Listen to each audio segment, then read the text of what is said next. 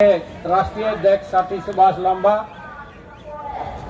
All India pensioner federation के राष्ट्रीय अध्यक्ष सुरेंद्र चौधरी जी, स्टेज पर विराजमान हमारे राष्ट्रीय नेतागण, सभी वाइस प्रेसिडेंट, सभी सेक्रेटरीज और देश भर से आए सभी पेंशनर साथियों, सीनियर सिटीजन साथियों, यहाँ दिल्ली में पहुंचने पर आप सभी का क्रांतिकारी अभिनंदन है। और मैं ये इस हैसियत से कह रहा हूँ कि हरियाणा पड़ोसी राज्य है, दिल्ली को तीन तरफ से घेरे हुए रख दिए, उसका भी तो रहने का फायदा नहीं है। ये जो टोटल अरेंजमेंट है, राष्ट्रीय नेतृत्व ने हमारे जिम्मे लगाया था हरियाणा के। ये चेयर है, मैट है, स्टेज है, माइक है, ये जनरेटर सेट है, ये सब। और इसके साथ अभी मीटिंग होगी 5:30 बजे फरीदाबाद हमारे हेडक्वार्टर पर ऑफिस बेरर की, और उसके बाद कल मीटिंग होगी नेशनल एग्जीक्यूटिव की। उसका प्रबंध भी हरियाणा के साथियों ने फरीदाबाद में बहुत अच्छे ढंग से किया है। मेरा हाथ जोड़ के अनुरोध है कि जो पात्र साथी हैं, ऑफिस बेरर हैं और एनईसी मेंबर हैं, फरीदाबाद वही चले, बाकी अपने या तो घर लौट जाए या अपना प्रबंध आप करें, वहां पर बंद होगा नहीं। फिर हमें कहेंगे ये नहीं हुआ, वो नहीं हुआ, वो अच्छा नहीं लगेगा।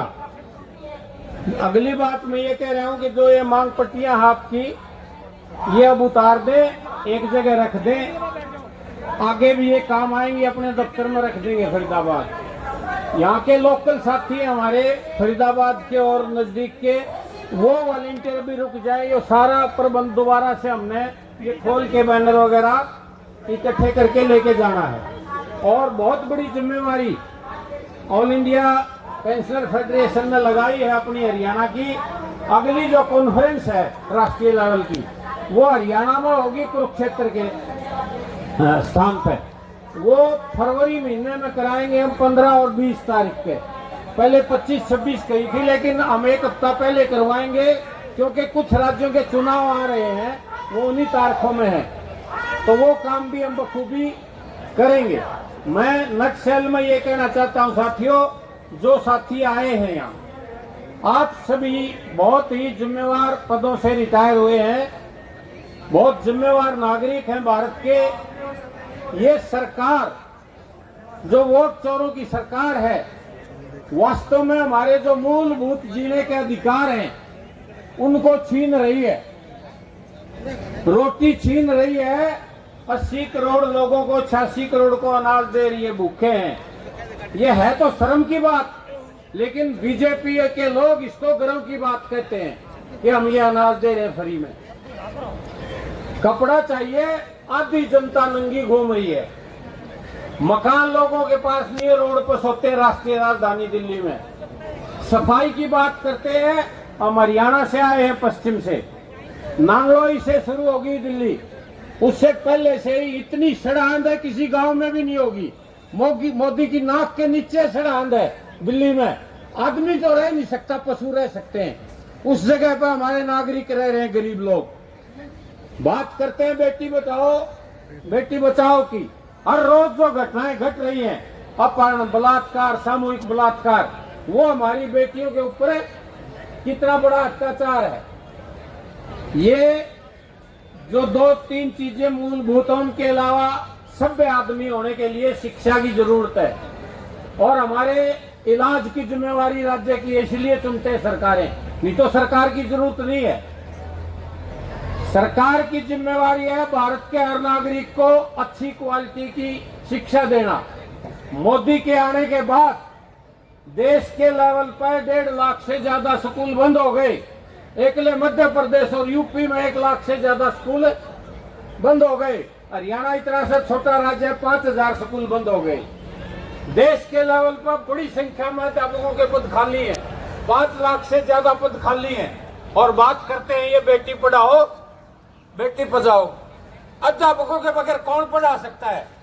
उनकी भर्तियां नहीं, उनके प्रमोशन नहीं है। दूसरे महकमे है, वो लांबा जी ने कह दिए, चाहे बिजली है, चाहे रोड है, चाहे ट्रांसपोर्टेशन है, चाहे हवाई है, चाहे रेल है, चाहे बंदरगाह है, सब कुछ की बोली लग गई। और 2 बोलियां अभी लगी हैं, इतनी सस्ती बोली नु कहना जमीन कोई नहीं था सस्ती। मुंबई में जहां एक फ्लैट करोड़ों में मिलता है, धारावी और रेलवे की 5,685 एकड़ जमीन अंबानी अडानी को दे दी कि इनका सुधार करो। बिहार में एक जंगल है, 1,030 एकड़ जमीन अंबानी को 1 रुपए में दे दी। मिलती है कहीं 1 रुपए में जमीन? उस पर 10 लाख पेड़ लगे हुए हैं, उनको काटेंगे अडानी के लिए। और नारा के है एक नाम एक पेड़ माँ के नाम। अरे पहले पेड़ है लाखों, उन्हें न बचा लो, उन्हें काटने लग रहा कारपोरेट के लिए। तेरे यार दोस्त जो इस देश में लूट के खाने लग रहे, अंबानी अडानी जिंदल टाटा बिड़ला, उनकी सेवा में लगा हुआ है। भारत की जनता का तो कुछ मांगता ही नहीं है, सब कुछ चोरी का काम सुबह से लेकर शाम तक, झूठ झूठ झूठ झूठ, इसके अलावा कुछ नहीं है। इतना बड़ा झूठा दुर्भाग्य हमारे देश का प्रधानमंत्री है और सब नारे लगाता है, ठीक उससे उलट है। जिस चीज का नारा लगा दिया बेटी बचाओ, तो इसका मतलब बेटी है बच्चे को नहीं है, सुरक्षित है। पढ़ाने का ला दिया तो पढ़ाई ने खत्म करेंगे। विकास कर विश्वास का ला दिया तो किसी का विश्वास नहीं, विनाश होगा जहां विकास की बात करते हैं। ठीक उसका विश्लेषण करो, जो ये कह रही है सरकार इसका उलट करेंगे। आगे कमेटी से तो हाथ जोड़ के नेशनल लीडरशिप से आपसे माफी मांगते हैं। भाई कोई चाय की, पानी की, बैठने की, कुर्सी की व्यवस्था में ढील हो गई हो तो अगली बार और अच्छा करेंगे। आपने मौका दिया, धन्यवाद साथियों। जय संगठन जय एकता। धन्यवाद मास्टर विजय सिंह जी का। हमारे एक वक्ता बीच में छूट गए थे, मैं उनसे अनुरोध करूंगा कि केवल 2 मिनट में ही अपनी बात रखेंगे। कॉमरेड डी कृष्णमूर्ति तमिलनाडु से हैं और उसके बाद अध्यक्ष जी भाषण देकर अपना समापन करेंगे।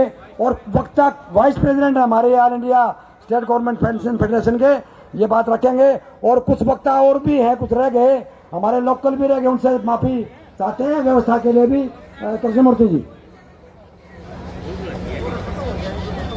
Comrade President Surendra Chaudhary and Office Bearers, we have decided at Chennai to conduct Dharna in all our states throughout India.